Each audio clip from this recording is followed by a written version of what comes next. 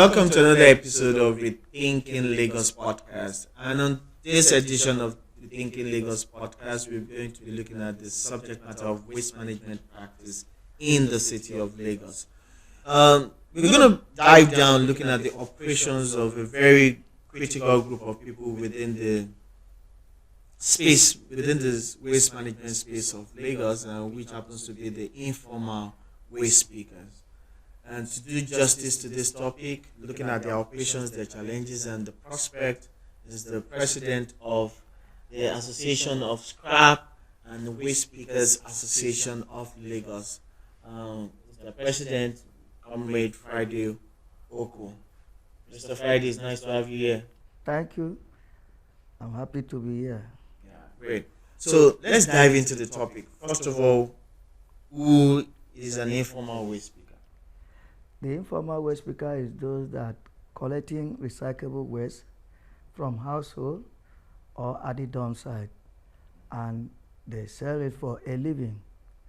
So we are those that are collecting the recyclable material, be it metal, plastic, nylon, paper, cartons, or can, and you sell it or reuse it for recycle purposes. Okay, great. So I think there are pretty much like two categories of people that probably falls into this. I know there are informal waste pickers that you find on the road, and some of your members who work on the land dump site, and of course you now have different levels. So pretty much explain. Can you explain in details? I mean, to an average person, are you also referring to those waste pickers that you find on the streets moving around our neighborhoods? Yes, we have what we the value chain of the waste picking system is one, the pickers, okay, then the sorters, then the aggregators. And that line, the pickers are those that you are seeing the roads on the street, okay, some of them pushing the cart, then at the dump site, although we don't want to call the name scavenging some materials there, but what we call them now is urban miner, okay, those picking the recyclables. Then we have the sorters. That is the sector that you see more women in that space. They are the ones that will separate, because the picker will pick everything that is recyclable and dump it into the cart. At the hubs, there are some people that will separate it, the metals, the plastic, the nylon, so we call them the sorters. That is where you see women. And also if there is need for them to clean it, to add value to what they pick. So those are the sorters. Then the aggregator is those that move a bit, that owns their maybe personal hubs. They have others people picking, although they too pick, but they will pick in another level, maybe the school or any. Then other pickers will also bring it to their dump site and sell it to them. That's the So I know that this all this thing that you have described has been in operation in the city of Lagos for years now. I think I've met a waste picker who had been in the business for over 20 years. More than, according to my research, if you go to Ojota near the new garage, that's at the headquarters of the waste picking business. It started there, according to the man, although it's late now, he told me that they started the business since 1957. Wow. So it's a long time business, but people did not put their mind on that. People were looking them as the vulnerable and the outcast people that not, they are not all that good to the society. The society looked down on them, but some of them were making their money without people knowing on that dirty system. So that is where they started, 1957 precisely, and up to now they are still working. Oh, interesting. So, like you said, people look down on them, and it seems to still be the order of the day. Even though we know that recycling, people are not getting into the business. But this group of people that you have described are being castigated right now. I've seen several times that several of your people have been arrested. Now we even have a law in Lagos that actually banned the operation of informal waste pickers. Can you share the light on the challenges that you have faced? Yes, it started, I think, in 2006 or 2009, so precisely during the fascism regime. Although it was because of the PSP, the government was thinking that the informal waste picker also collect uh, the organic waste, and by the time they select the recycled material, they will just dump it at the on the roadside or anywhere, sometimes canal. So they use that information, and from there they ban the catfishers, the informal waste picker on the street of Lagos. But now the system is changing because without us, there's no circular economy, sustainability. So everybody is talking about climate change and circular economy. The waste picker is the key. And now the government has found out that truly we have to be involved.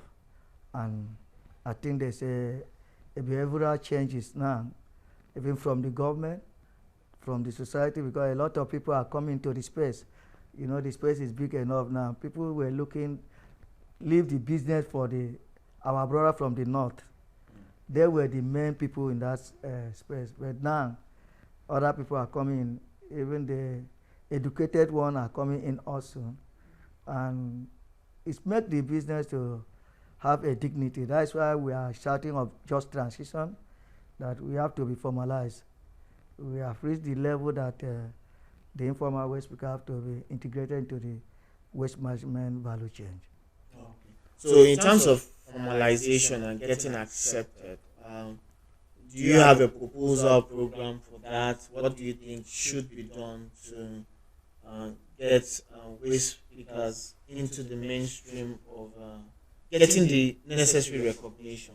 Are there steps that you think should be taken? Yes, we are.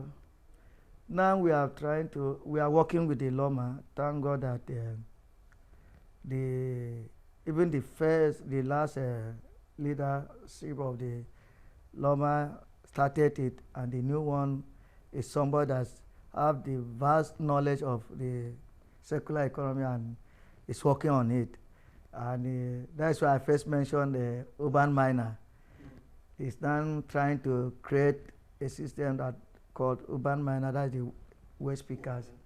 And we are doing what we are doing now with the Loma is to take the data of the members of the informal waste picker.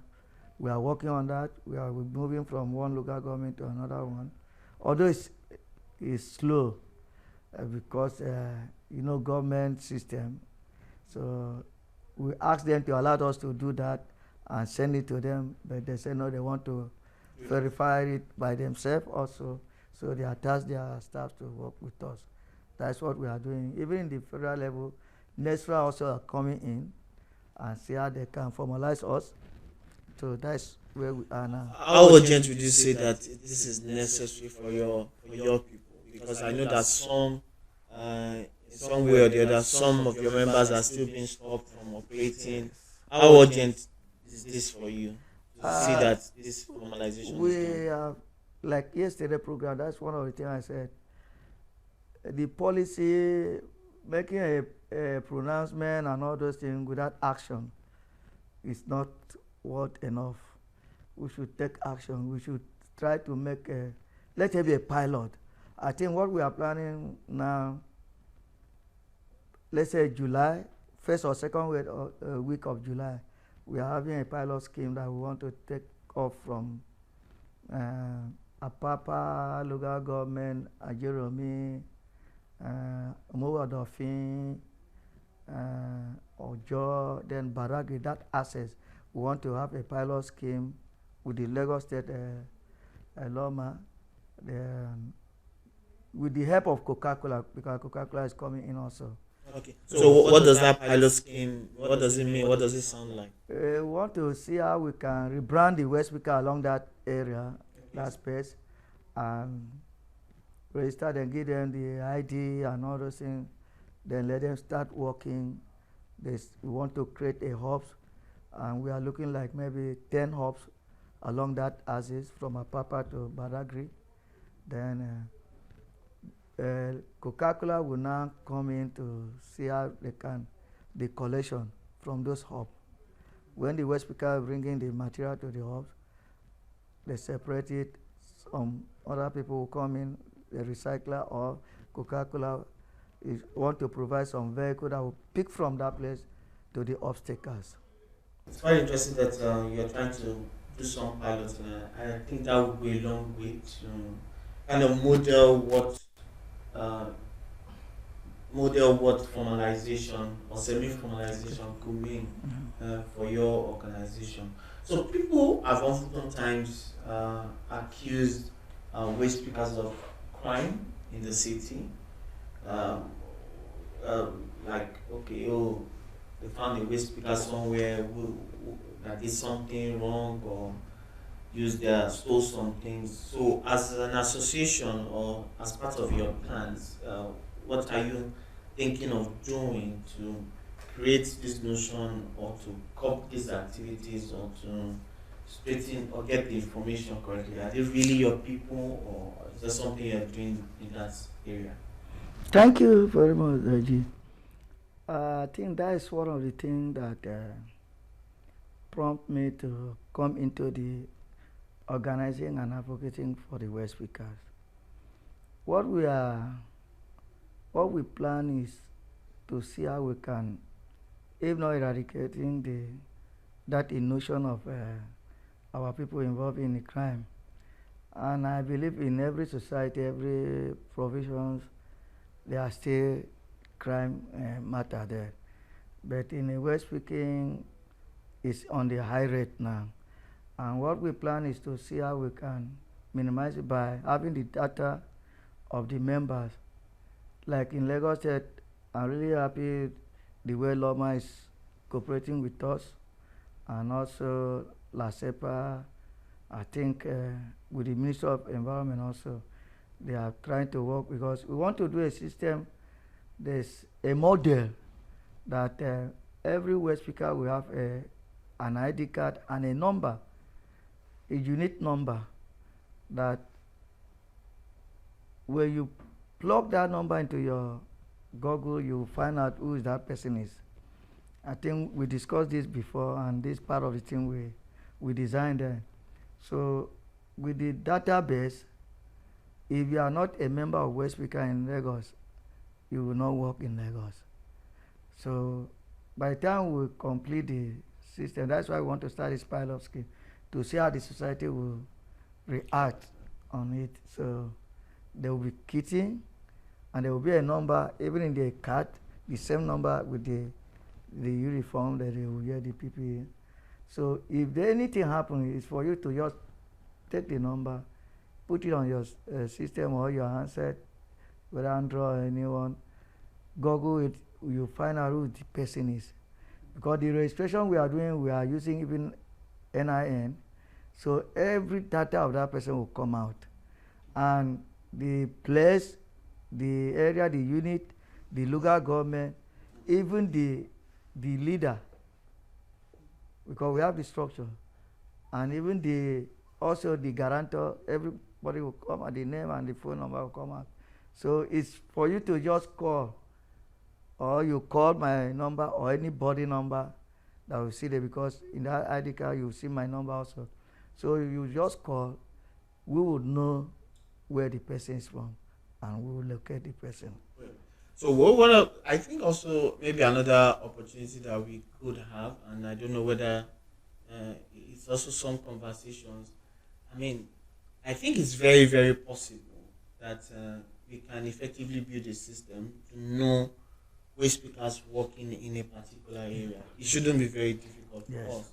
And there is an avenue for us to create a formal way of introduction of waste pickers working in a particular area to community development associations, to landlords, to say, okay, these are the waste pickers in your area. How is your association responding to that? Yes, we map out. You know, in Lagos we have 5 zones. Ekpe, Ikorodu Island, Ikeja, and Badagry, Ibile. And we are creating the system that the waste picker will work along that area. If you are under Ikeja, that means the local government or LCD that is under that Ikeja zone, you will be going around. You can't move from that area to maybe Badagry zone, or maybe Ekpe zone, or Ikorodu Island zone. It's not a time that you move from island, mainland to island, or from island. No, there will be why are you doing that? Is that so that they can work in a place that they identify? Yes, that can easily identify, and also we can monitor. It will be like Uber. You know, Uber, there's something they put, you cannot move more than where you're supposed to move. So that's what we are trying to do. So with that, we will also monitor the movement of that waste picker. For example, I'm in mainland here. If I'm going out, that means I will go through Agege, if I call local government, Limosho, we'll end at Oshodi Shoro, then back to Munshi, and come back. So if you are in Ikorodu, that means Kusofe, along that axis, you have to move. So with that, we know that, okay, like what I said before, that code, the number code now, by the time you plug in, you know that, okay, this man or this woman is from Ogba, under Ifako local government, or under Ojodu LCD. You know, Ogba, some places under Ifako, some under. So from there, we'll know which unit. We'll get in touch with the leader, or we'll get in touch. If the one that is working for somebody that have their own aggregator they are working with, so we'll call the aggregator. So person is doing this, doing that. Are you aware? So the person will have to produce the person. So ultimately, you are putting a system of a strong level of organization, yes, into the operations of informal waste pickers in the city of Lagos. Yeah. But also importantly is the business itself. I've always advocated that, being of the school of thought that waste, we are not actually making waste wealth in the sense of pricing. You understand? Waste pricing.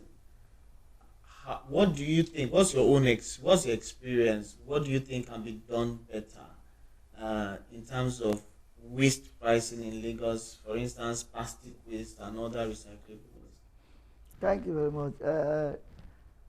We don't have that power on the pricing because we don't have price control in Nigeria.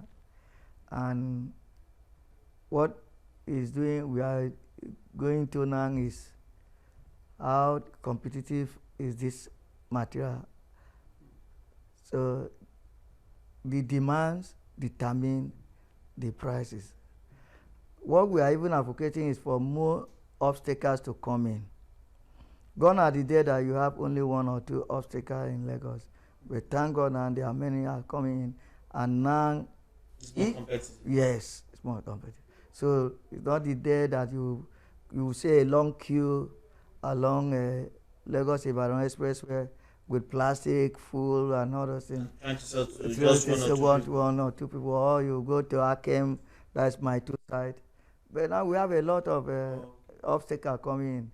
So, or going to Oregon, you see queue, but now you can't see that now. We have more recyclers and we might have more obstacles. So the price is coming up a little now. Because when the former MD of Lawma wanted to start price, many of the recyclers were against it. I told him, allow the demand and supply.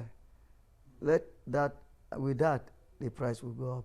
And also, we are advocating that on the EPR, there must be something that's come to the informal waste picker also.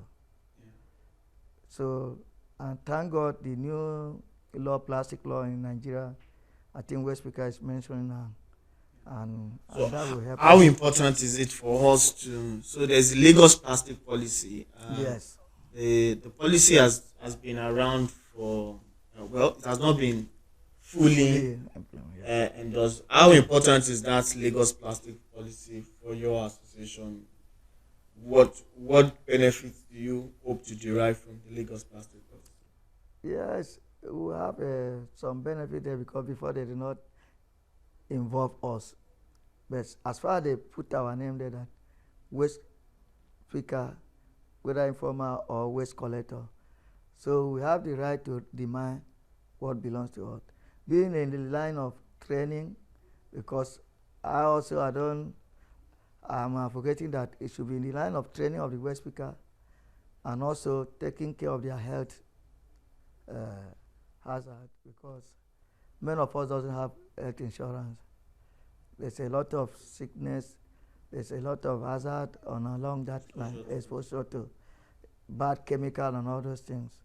So we are advocating that on that EPR and law, they should put aside, in every dump site we're supposed to have a mobile clinic, and also have maybe child care, daycare there, because those women, especially at the dump site, they are married, some may have children, so the children, before they will enter to school, there should be a place that they will keep, because even in the international labor organization does not allow child labor.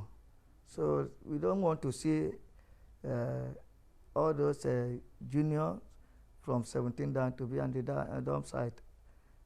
So we want them to be in the school. So with that, will help the society also. Interesting. I completely agree with you. So what you're saying is, because I know from the Lagos plastic policy, there's supposed to be the plastic fund, Yes. and from the fund there should be an amount of money Money dedicated to yeah. helping informal waste pickers to upscale their business and also to meet up with their health and their vocational Yes. hazards that you may be experiencing. And that's quite good. We're quite excited about the successes that you have been able to make. But I think we just need to pretty much move faster. It's been a long journey of we trying to get the waste speakers on the forefront and really helping them to upscale. Yeah. So I don't know. Do you have any final notes in terms of your association and your group and what you hope will come in the next months, in the next years from government, from the Yes, people? I will use this medium to invite everybody, whether community based, whether in the government, the policy makers, the private sector, and also the informal waste speaker. Every one of us must put our hand on the desk for to make sure that this journey will end in our promised land, and also to make responsibility of taking care of reuse and recycling. Know how we discard our waste, because you see somebody from vehicle will just take a bottle of water and throw out. No, we cannot do that. Plastics is money, so we need to imbibe that in our system, in our life, that even in our house we need to separate our waste. Segregation from the source is the key to sustain the circular economy. So every one of us must separate our waste, and you make money from that waste. Somebody was asking me online about the possibilities. How really possible is it for informal waste pickers to work with PSPs, particularly in communities where PSPs find it very difficult to access? Are your members willing to work with PSPs under any arrangement to be able to cover areas where PSPs cannot effectively operate?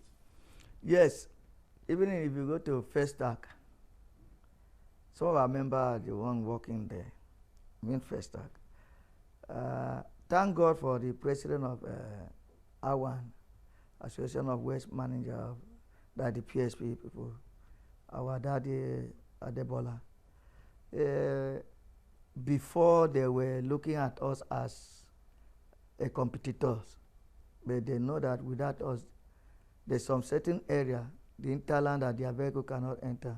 So the same what we are planning now is what they also want us to. We are going to work together.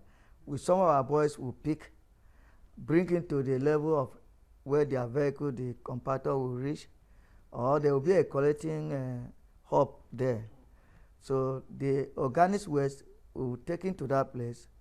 You register your name, drop it into their vehicle, or maybe they have anything that they will use. So from there, you also, the PSP that's working around that area would know you, will register you. At the end of whether monthly, it depends what people agree. We are trying to educate our members also that will work on that. They are ready to work on that level. Not all of them want to be part of it, but we are telling them that it will be more better for every one of us to work together. Synergy in waste management is the key. We can't work in silos. So if they also, their eyes have opened now and they want to work with us, so it's better than us having misunderstanding. I've also noticed that some people find it very difficult paying for and working under the PSP arrangement, in the sense that as a household, paying monthly. And one of the benefits informal waste pickers provide is that you can pay daily to dispose your waste. You know, so that's that avenue that you create for people in particularly low income areas. You know, in some high income areas, you find it very difficult, or medium income areas, you find it very easy for people to pay monthly. But in some low income areas, I think that's also the gap that you are feeling, and your it's to look for a model whereby, okay, you collect on a daily, they collect on a weekly, and there can be an handshake. Yes, but the system now in Lagos will not allow that. But we are trying to remold that model that will fix everybody. And I think the Loma has, they have tried. I always say that they need more capacity building and funding, especially for them also to do the nice work. They know what to do, but the problem is the funding. If you want to map out the whole Lagos, it needs funding. And that map out to know individual houses. You know, there are some people that are living near the canal. Like this time of rainy season, they will just time the rain before they will carry their dustbin back, tear it and pour it inside the canal. You know the end effects. Yeah. It will affect every one of us in Lagos. So it's for us now to remold, redesign the model and see how we can work together. Even though you want to agree that, okay, I will pay daily for the informal waste picker or semi-formal pickers, there must be a model that money will reach where you want to reach, because the government also are spending money. Let us tell ourselves the truth. We, the informal waste picker, will contribute to the GDP of the country, even in Lagos State. With this, it will create more jobs. So I believe if they can remove the system, and it will work. I believe that it will work. But they need, Loma need funding, and every one of us, both the PSP, the ASWOL, the informal waste picker also, we need to come to a round table and design it in a way that everybody will have their own side of duty. So what has been the role of the local government in the operations of your, so you are dealing with Loma, and I also believe you are also dealing with local government. Is that a challenge, or is there something to be addressed? Originally, waste management pretty much even anchors on local government. To be frank with you, the three tiers of government have to come together. Waste should be under the local government. Even in our constitution is under, but what as I was saying before, the funding, the local government does not have that capacity. That's why you see state coming in through the agencies that will handle it. But the local government have a role to play. One, providing the hubs. Let me talk about the circular economy. They need to create, even the new estate building or designing the estate, every estate need to have an hub for recyclable and non-recyclable. So with that, we'll build the system the way that the local government will be part of it, the state government and the federal government. So everybody will work on their own space, and you see that the system will flow. I went to Argentina. We went for the Congress, as you know, but I learned a lot there because throughout that 7 days, we did not go anywhere. It was training here, training that, visiting here, visiting that. They work together. Well, what's the Argentinian model? What did you learn? What did you learn? What we're trying to design here, me and you, we design something here, and that model is the key with having cooperative society. Argentina, they have a cooperative society. They are radical, as they call themselves, UTP. They have a cooperative society that the state government provide facility. They run the facility. And the pickers, they will pick. Then those that will pick, like PSP, will come maybe once in a week. Picker may pick the recycled material from Monday to maybe Wednesday or Thursday or Saturday, while there's a day for the organic. Although in Argentina, they also use organic waste for other recycled material like fertilizer and organic manure. So there's nothing that is waste there, unless at the end of disposal, that's the one that will go to the landfill. So there's nothing that is waste there. Okay, so please explain to me, how do the informal workers in Argentina actually operate? They have a database, as we design here, that local government to local government or zone to zone, that's the same thing. But what they are doing there is, if you are a member of the association, you pick. If you want your money to be paid daily, they pay you. If you want it weekly, they will record you. But every material that you pick around your area, you go to the nearby hub, register it, they will separate it, scale it, put it down. If you want your money immediately, they will pay to you. If you want it weekly, they only do weekly and daily there. So weekly or daily, the arrangement is good. So if you don't want daily, you wait when it's week time. Every Saturday, you collect your pay, and you know already your material and the cost of those materials, because there's a sheet that metals, PET bottle, nylon, carton, can, even the organic waste, like fruit and all those things. Yes. So by the time they scale it, at the end of the day, they'll pay you. You need it. If the one on weekly, they'll pay you on Saturday.